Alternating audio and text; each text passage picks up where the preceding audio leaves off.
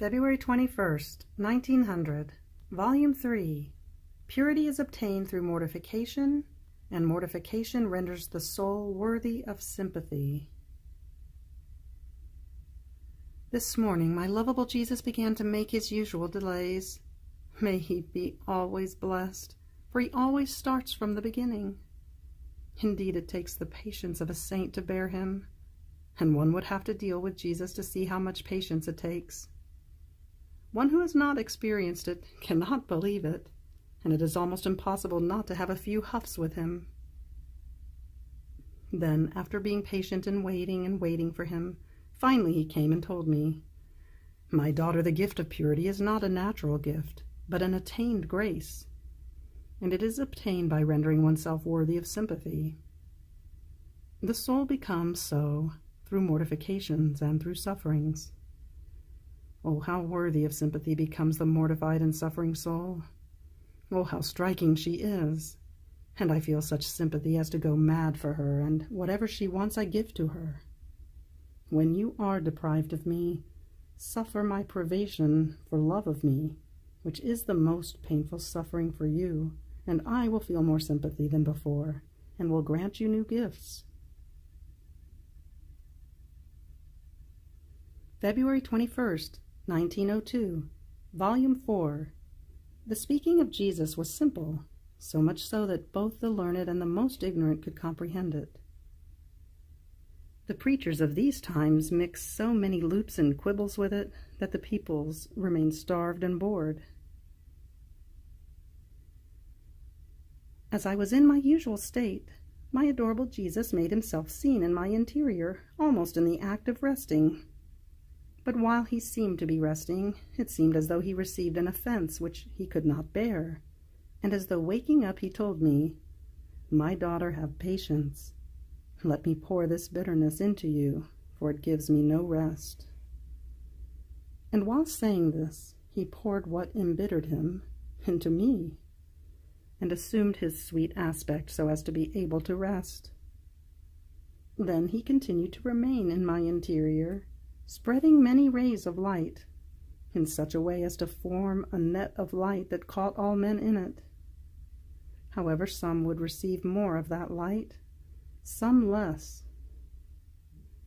Now, while I was seeing this, our Lord told me, "My beloved, when I keep silent, it is a sign that I want rest. That is, your rest in me, and mine in you. When I speak, it is a sign that I want active life, that is, your help in the work of the salvation of souls, because since they are my images, whatever is done for them, I consider as though being done for me." As he was saying this, I saw several priests, and Jesus, as though lamenting to them, added, "My speaking was simple, so much so that both the learned and the most ignorant could comprehend it, as appears clearly in the Holy Gospel. But the preachers of these times mix so many loops and quibbles with it that the peoples remain starved and bored. It shows that they do not draw it from the font of my spring." February 21st, 1904, Volume 6. The Promise of Luisa if she is allowed to die.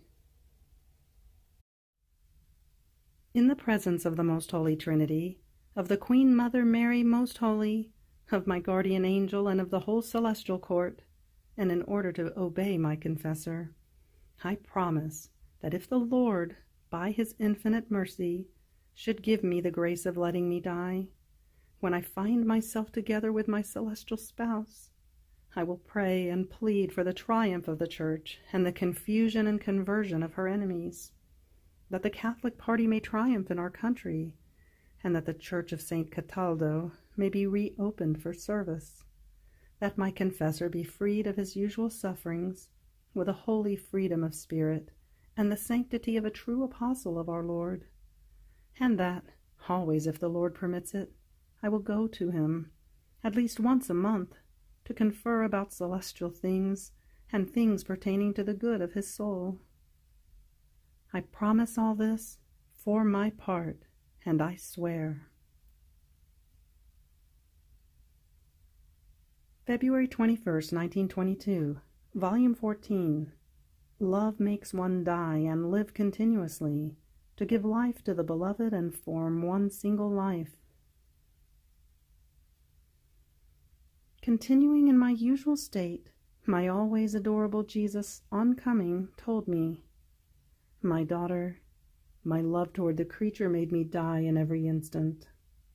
The nature of true love is to die and live continuously for the beloved. The love of wanting her with oneself makes one feel death and causes a martyrdom, perhaps of the most painful and prolonged. However, love itself, stronger even than death, gives one life at the very instant in which he dies. But to do what? To give life to the loved one and form one single life with her. Those flames have the virtue of consuming one life to fuse it within the other.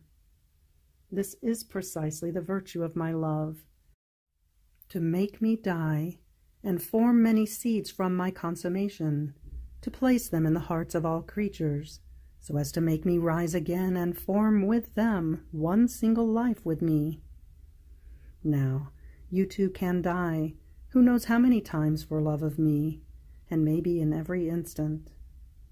Every time you want me and do not see me, your will feels the death of my privation, and it does in reality, because as you do not see me, your will dies, because it does not find the life it looks for.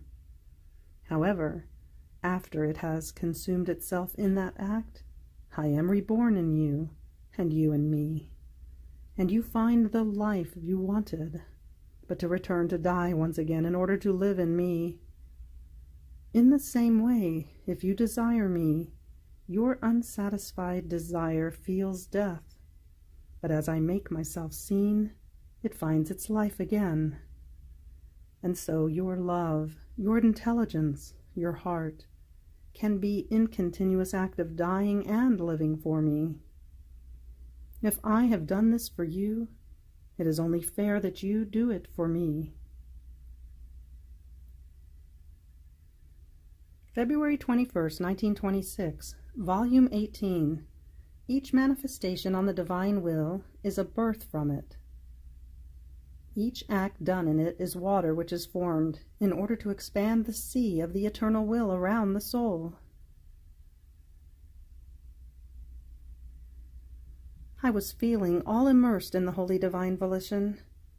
A celestial and divine air surrounded me, and an inaccessible light made present to me, as though in act, all the acts of the supreme will, which, finding the same will in me, gave me their kiss and their love, and I gave them my kiss in return, and I impressed my "I love you" in each act of the eternal volition.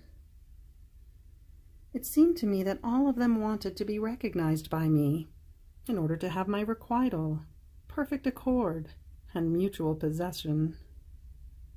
Now, while I was in this state, my sweet Jesus came out from within my interior, and with his divine hands he bound me within that light, in such a way that I could see nothing else but Jesus, his will, and everything that it was doing. How happy I felt! How many inexpressible joys I experienced! Jesus himself was all in feast, and felt such contentment in seeing me all for his will and in his will, that it seemed he would forget about everything, to occupy himself only with his will, so that it might be complete in me, and triumphing in everything, it might obtain the purpose for which all things were created. Then afterwards he said to me, "My daughter, little newborn of my will, you must know that one who is born in my will can also be a mother, by giving birth to many children for my supreme volition. In order to be mother, it is necessary to have sufficient matter in one's own interior, so as to be able to form with one's own blood, with one's own flesh, and with continuous nourishment, the birth which one wants to give to the light. If there is no seed and not enough matter, it is useless to hope to become a mother. Now, since You have been born in my will.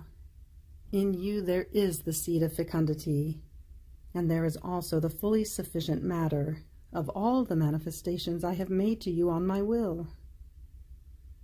It can be said that each knowledge I have given you can give birth to a child for my will.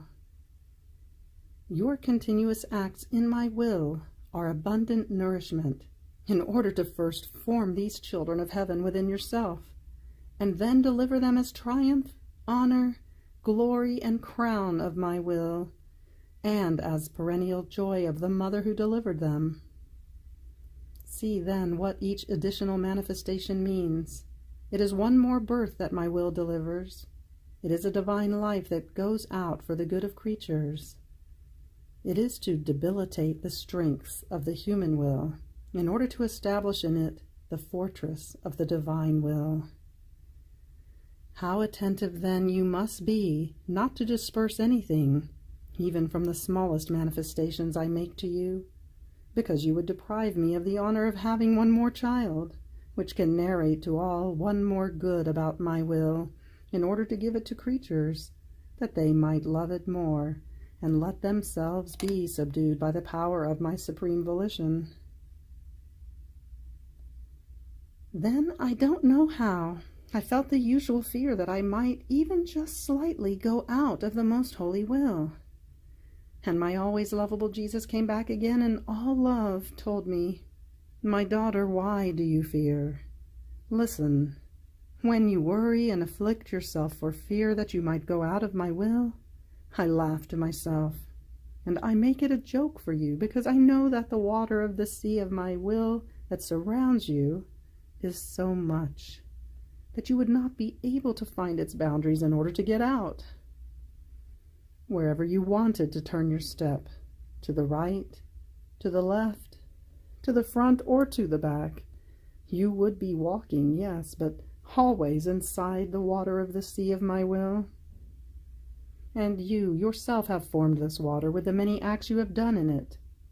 In fact, since my will is endless, by doing your acts in it, you have formed a sea around yourself from which you cannot go out. So each act you do comes to form new water, to expand even more the sea of the supreme will, inside and outside of you. Your very fears that you might go out of the origin in which you were born are waves that you form, which, in agitating you, plunge you more deeply into the abyss of the sea of my will. This is why I do not reproach you, because I know where you are and how you are. Rather, I call your attention to live in peace in my will, or I give you a surprise by telling you more surprising things on the eternal volition, in such a way that, surprised, you forget about everything, including your fears, and with peace you navigate the sea of my will. And I, divine helmsman, delight in guiding the one who lives in our supreme will and is all for it. May everything be for the glory of God and to my confusion, as I am the most miserable of all creatures. February 21st, 1927, Volume 20. The reason for the great interest of Jesus in wanting to make the divine will known. My poor mind was wandering in the midst of the many knowledges about the supreme volition, and I thought to myself, why does Jesus have so much interest that this divine will become known, and that it reign in the midst of creatures? Now, while I was thinking of this, my always lovable Jesus came out from within my interior and told me, "My daughter, do you want to know why I have so much interest in making my will known, and that it reign in the midst of creatures? Because it alone is the means to be able to redo the creature, and it places me in the condition of being able to give, and her in the condition of being able to receive. Until my will returns triumphant and dominating into the midst of creatures, I will not be able to give what I want, and they will lack the capacity, the space, to be able to receive that which I can and want to give. In fact, my will alone has this virtue, this power, establishing order and balance between creator and creature. It opens all the ways of communication between them. God has his royal path through which to send his gifts with no danger, to send whenever he wants, and bring, personally, his greatest goods to her. And the creature possessing the same path can receive him, or ascend in order to go herself to take that which her Lord wants to give her. As rich and powerful as a king may be, if he finds no one to whom to give, he will never have the contentment, the satisfaction of being able to give. His riches will remain idle, isolated, abandoned. Perhaps he will live drowned within his own riches, but he will not have the contentment, the happiness to give, and to let others enjoy his goods, because he finds no one to whom to give them. This king will be a king isolated, abandoned, without cortege. He will have no one who smiles at him, who says a thank you. It will never be feast for him, because a feast is formed by giving and by receiving. So, with all his riches, this king will have a nail in his heart, abandonment, monotony. He will be rich but without glory, without heroism, without name. What sorrow for this king with all his riches! Now, my daughter, the reason for which we delivered creation and created man was to give our riches, so that the external glory of our works may add to the internal glory and the immense happiness which we possess. So since the creature is not in our will, we feel her far away from us. There is no one who surrounds us with his thank you, nor anyone who smiles at us with delight for our works. Everything is isolation. We are surrounded by immense riches, but because our creatures are far away from us, we have no one to whom to give them. We have no one who admires our works in order to enjoy them. We are happy, but because of ourselves. Nor is there anyone who can slightly disturb our happiness. However, we are forced to see the unhappiness of the creatures, because being disunited from us, they cannot take, and we cannot give. The human will has formed the fences and has locked the doors of communication. To give is generosity, heroism, love. To receive is grace. And the creature, by doing her own will, hinders our generosity, our heroism, our love.